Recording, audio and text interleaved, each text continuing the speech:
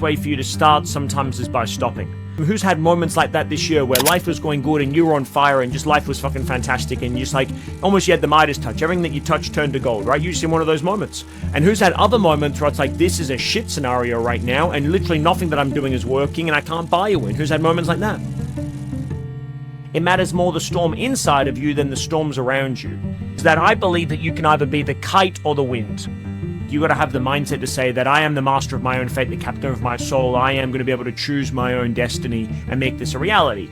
Life doesn't give you what you deserve. It gives you what you tolerate. What get you here won't get you there. And if you want to get to a higher altitude, if you want to operate at a different level, it doesn't require a different version of you. It just requires more of you. And at the same time, less of you. So if you ask people better questions, you get better answers.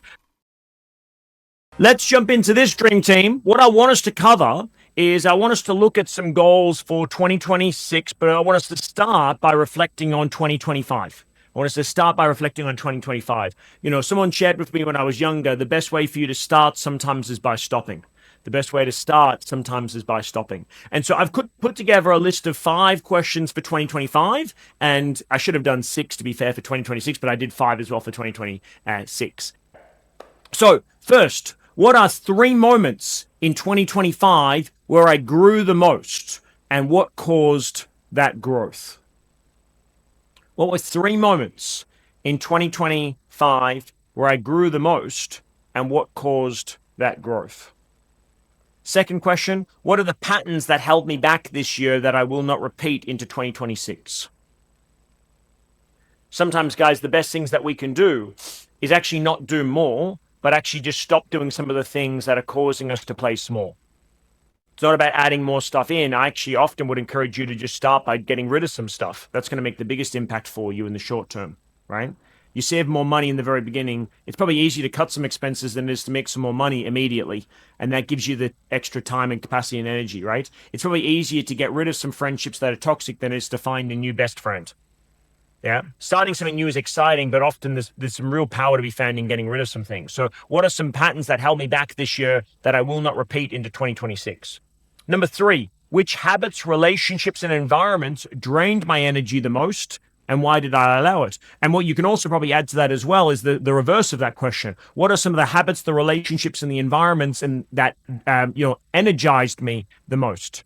And, how can I spend more time in those environments moving forward in 2026, right? And number 4, what am I proudest of this year?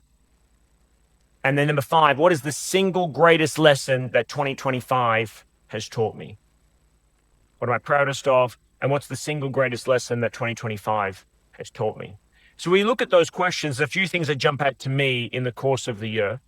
But one of the things I want to touch on is the habits, the relationships, and the environments that drained my energy the most, and also the ones that have energized me the most.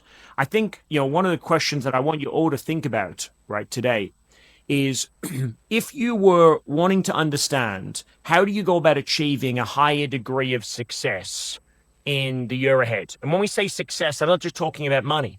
I'm talking about having a deeper and more profound, intimate relationship, more connected, more loving, more present. How do you have a better relationship with your children? How do you have a better career where you do work that matters and you feel like you are growing and succeeding and thriving? How do you find a way to make more money? How do you use that money wisely and intelligently to build and create wealth? How do you master and transform your body physically, mentally, and emotionally, right? How do you do all those things? How do you develop a strong social network, a connectedness to spirit? Like, what are all the things that go in as part of that? Well, if you're looking at all of that, you would obviously have an understanding that there's some of that which is based off strategies, like there's a learning of knowledge that would allow you to do those things. There's also, though, disproportionately, is how effective are you at actually showing up and doing the things that you know you need to do, especially when you don't want to do them. Hands if this is making sense. Right? So it's our ability to have discipline and willpower and resilience and grit and all those things. And here's the beauty of this. When you understand that some of those things, there are moments in this last year, I'm sure for all of you, where showing up for you was easy. because you were in flow and in momentum? Who's had moments like that this year where life was going good and you were on fire and just life was fucking fantastic and just like almost you had the Midas touch? Everything that you touched turned to gold, right? You're just in one of those moments. And who's had other moments where it's like, this is a shit scenario right now and literally nothing that I'm doing is working and I can't buy you in? Who's had moments like that? Awesome. So let's understand that some of that is external forces, yes? But a lot of that is internal forces. It's the psychology, it's the mindset, it's the emotional state that you're in. It matters more the storm inside of you than the storms around you, right? I want you to write that down. It matters more the storm inside of you than the storms around you. And I talk to Ash about this, my wife, all the time.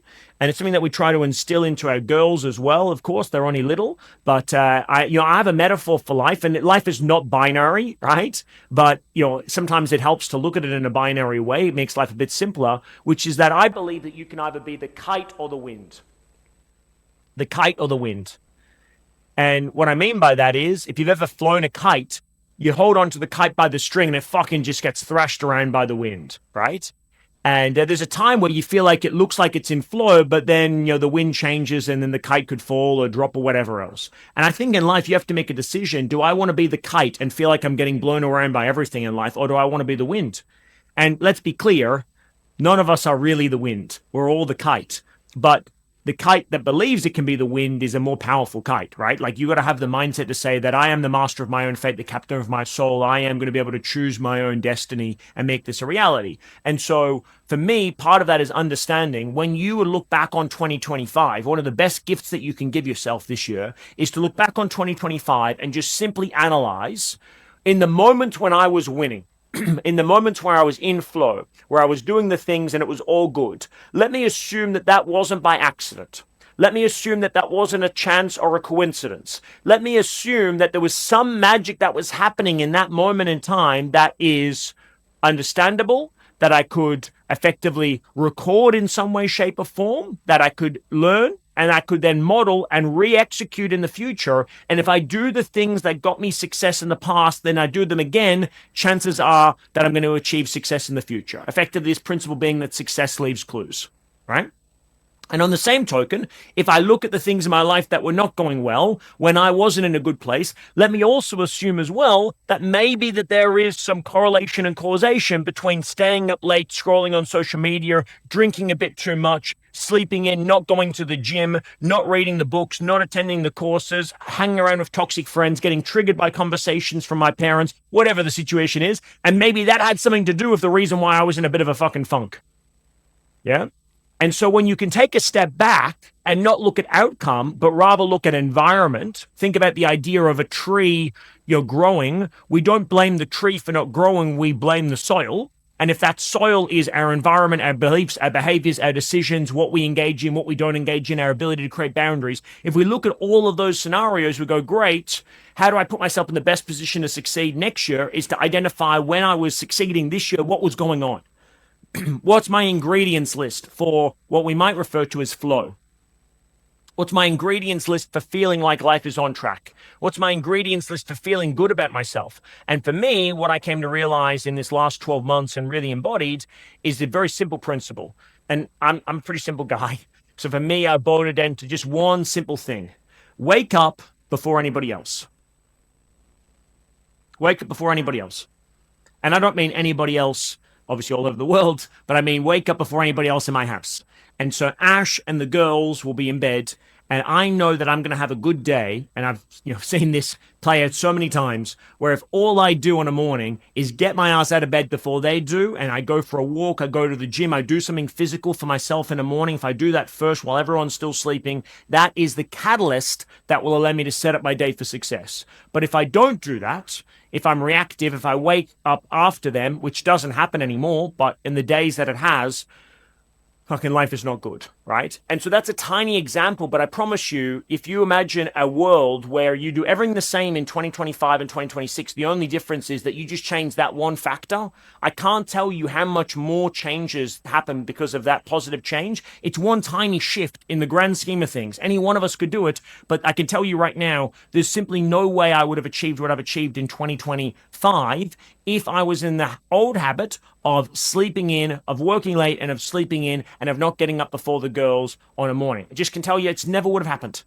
There's simply that one micro change, not big, but massive in impact, has made all the difference. How does this make sense, by the way? Awesome. Awesome. So that's just an example. But I want you to think about that with regards to question number 3. What are some of the habits, the relationships, and the environments that have drained my energy? And how do we put an end to those right away? Okay. Let's also be clear as well that some of you might be in a position you review the year and you go, fuck, I can't believe I've been doing all that stuff. And you get pissed off at the people in those environments where it's like, why are you draining my energy? No, no, no, no, no. Why are you letting them? Take responsibility for it. You keep going to that. You keep watching that movie and you know it's not a good movie. You're the one that keeps calling your ex when you know it's not a good relationship. You're the one that keeps indulging and drinking too much when you know it doesn't make you feel good the next day. You're the one that keeps showing up and eating the wrong foods in the moment because you're impulsive and you know you're going to fucking regret it in an hour later. So just fucking stop doing that shit, right? Like, the end of the day, you got to draw a line in the sand, and I want you to write this down. Life doesn't give you what you deserve. It gives you what you tolerate. Life doesn't give you what you deserve. It gives you what you tolerate. Everyone puts up with too much shit and then complains about the fact that no one treats them right. You're not treating yourself right because you keep indulging in it. As soon as you draw a line in the sand, you should expect friction because people will then be pissed about the fact that you've put a line in the sand. That's part of it. If you don't get tested, it's not really a boundary, right? Your job is to hold the boundary. Their job is to test it. That's the reason why it's called a boundary, right? And then from that point, though, there's going to be a sense of liberation. But sometimes we've got to go through a period where things get worse before they get better. And part of that might be isolation for a lot of you and just feeling a little bit lonely because you don't have those same negative crutches that still give you some neediness or some significance, right? Like, I've got no time in my life for drama or gossip. I just don't have capacity for it. But you could appreciate that for a lot of people, that is a lot of their lives. You get rid of that from somebody's life, and it's like life will eventually get much better. But in the short term, you don't get that connection and all the stuff, right? And you just get cut out of those conversations. But life will get better. You just got to go through the dip. And if you're just joining us as well, welcome. We're only just getting started. We're just going through some reflections of 2025. We're going to start by looking as well at some big things for 2026. So let's turn our attention now. And by the way, you should go through those questions properly. Ash and I have a beautiful routine every year. Yeah, fuck FTJ, baby. Fuel the jet. Ash and I have a beautiful ritual, which is every year around about Christmas or New Year's, somewhere in around that Christmas New Year window. It's a bit harder when you have kids to find that time, but before we could just fucking go anytime. You guys know if you know. But we sit down and we do a dinner and we ask each other questions as a reflection of the year that we've had, which has been really amazing. And one thing that I would encourage you all to do, by the way, which if you haven't done, you should absolutely do, is at the end of the year, take a couple of hours, get your phone, right?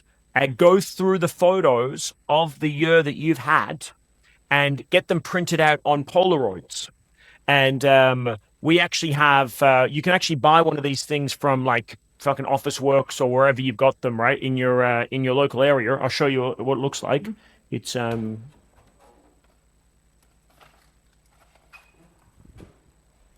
not cheap, unfortunately. This is a couple of $100. But there's a few versions. I think you can do it online as well, but I'm impulsive. I want to be able to print it out in real time. So you get one of these called Instax, and they get you these little squares, and you just put them in there, so you print 10 of them at a time, basically.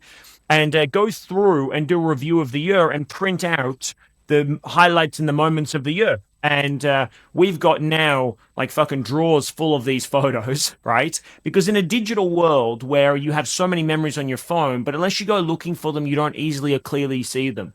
And we did this for the girls' birthdays just recently, which is where Ash got some beautiful photos done of the girls over the last 2 years for Havana and Alila, because it was their shared birthday party.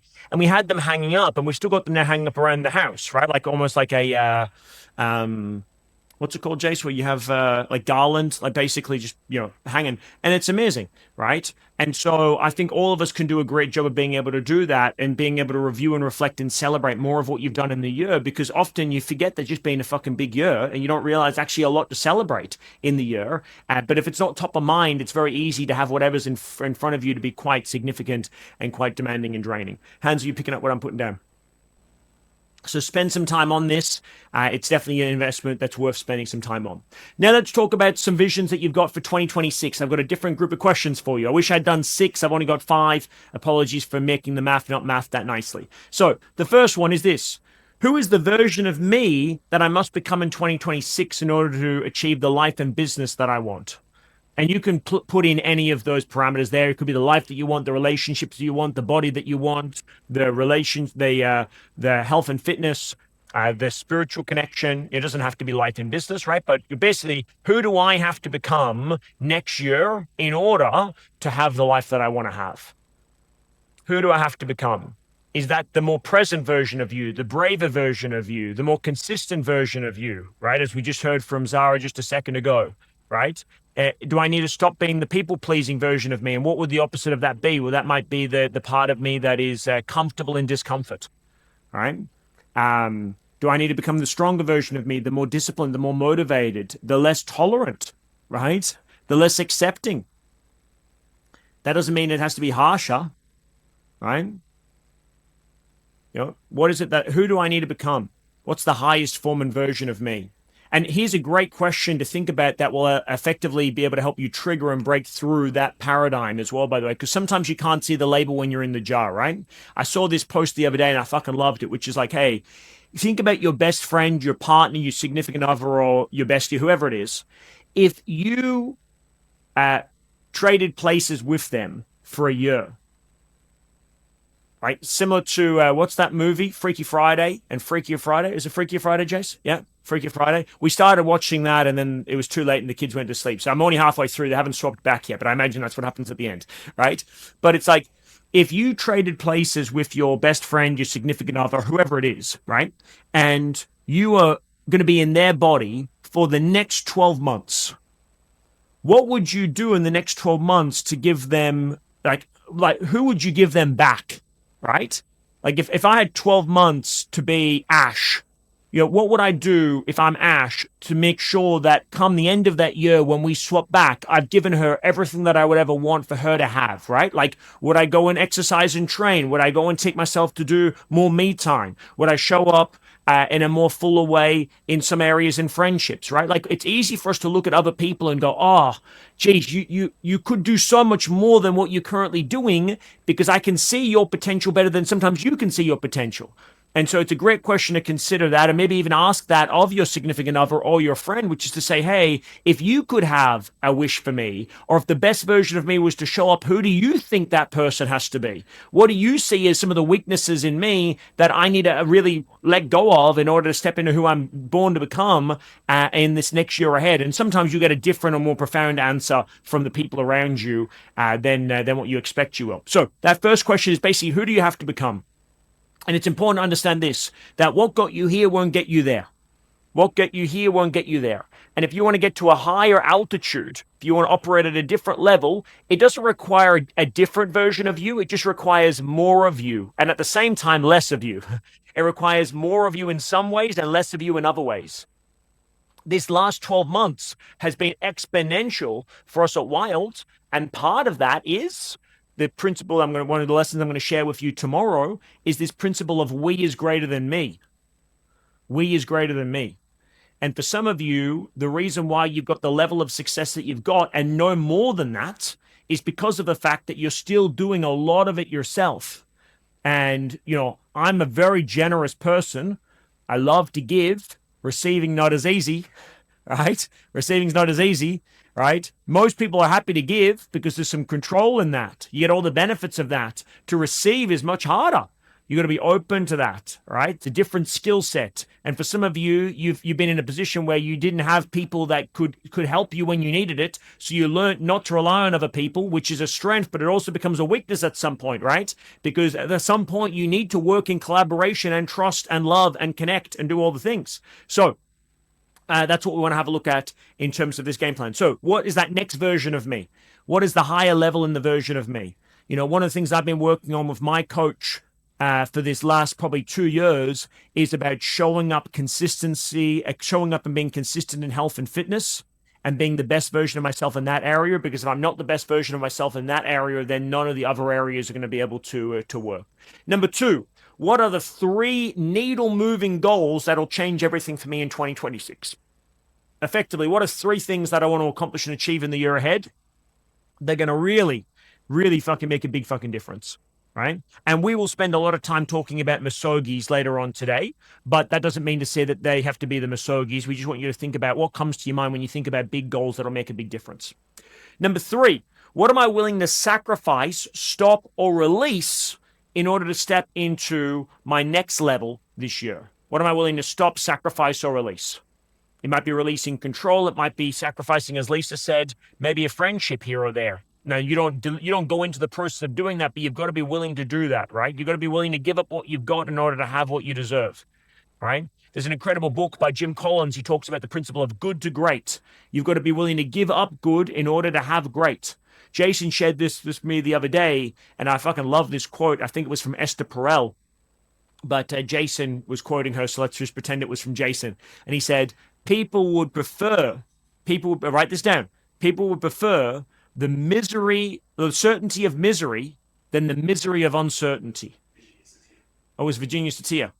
So it was Esther Perel quoting Virginia Satir, and Jason quoted Esther Perel, and now I'm quoting Jason, right? You guys figure it out. So people would prefer the certainty of misery than the misery of uncertainty. It's like the devil you know versus the devil you don't. And so what are you willing to sacrifice, stop, or release in order to step into your personal power next year? And by the way, if I can give you a suggestion, may I be as bold as to give you a suggestion of what you might want to stop? Is fucking stop doubting yourselves. Stop doubting yourself, right? I heard a quote the other day and it fucking shook me. It was like, I want you to walk like he sent you. Walk like he said. It was I was on my feed and I watched this video and it was about a Bible verse. You know when you watch something and then you go on the feed and it just starts feeding you more and more stuff. Like I've not read the scriptures, but you can get some fucking powerful scriptures, right? And there was this guy talking about the idea of I want you to walk into a room like God sent you. And I was like, fuck. Can you imagine walking into a room like you felt like you were sent by God? Now you don't even have to believe in God to know that that would change your posture a little bit, right? You know, to approach a relationship as if you were destined, to approach a business idea as if it was meant for you to be successful, just to believe in your own that your own success was inevitable in that way. And for some people, they'll believe in themselves in that way. For some people, it needs to be something higher than that. But to believe in that, right? To release the fear and to release the doubt and to embrace what's truly possible for yourself, that you're actually here on the planet for a bigger reason, that's fucking amazing, right? I love that. Number 4, what are the systems, the habits, or the environments that I need to be in order to build success and make that inevitable? That's number 4. What are the systems, habits, and environments do I need in order to build success to make it inevitable? And then by December 2026, what do I want to be celebrating and what must I commit to now in order to be able to make that real? What do I want to be celebrating and what do I need to commit to now in order to be able to make that real? Okay. So there's our 5 questions. What is the next version of me? Like, how do I need to show up next year in order to be able to win? What are my 3 needle moving goals? What am I willing to sacrifice, stop, and release to step into this next year? What are my systems, habits, and environments do I need to make success inevitable? And then also by 2026, what I want to be celebrating. And understand as well that the power of these questions, by the way, team, is I think they are more dynamic questions than just like, hey, what are you excited for next year? Or what are your goals next year? Right? Like, because everyone has those conversations. And let's be clear, not everyone has those conversations, but people that are in our world that are like us have those questions all the time. But that doesn't really do too much. It's really almost the equivalent of saying, hey, what do you do for work? Right? That's the equivalent in personal development. It's like, hey, what are your goals for next year? But it's way fucking better to go, hey, let me ask you this. What do you have to surrender or release next year in order to have the life of your dreams? Tell me, if you were to think about the year ahead, what does the next version of you look like in order to be able to make that happen? Right? What are some of the environments that you're in right now that you're just not going to be able to do anymore as you think about next year? Right? And, you know, if we're having this conversation in 2026, what are we celebrating? They're more dynamic questions. If you ask people better questions, you get better answers. And this is a random example of this, right? But I had a mentor that said to me, Calvin, we talk about accountants, right? And he said, Calvin, people say that accountants are boring. and that they don't have a lot of personality and that they don't add a lot of value when you're having a conversation with them, right? And he said that's simply not the case. He says most people ask accountants boring questions, and that's why they think that accountants are boring. He says because if accountant get asked a boring question, they come up with a boring answer, right? But if you ask your accountant creative, strategic, intelligent, exciting questions, then what happens is you get strategic, intelligent, and exciting answers, right? And I just thought that's such a good example because, like for anything, if you ask a really smart, intelligent, witty, insightful person a boring question, they're going to give you a fucking boring answer. It's not that they're boring. It's just that you asked a boring fucking question. But if you ask an exciting, interesting, dynamic question, you're going to probably get an exciting, interesting, and dynamic answer. And if nothing else, they're going to like, fuck, that's a great question. Let's see where that goes. And so we need to ask ourselves better questions as well as part of this process. So hopefully there's a good jumping off points for you as well. So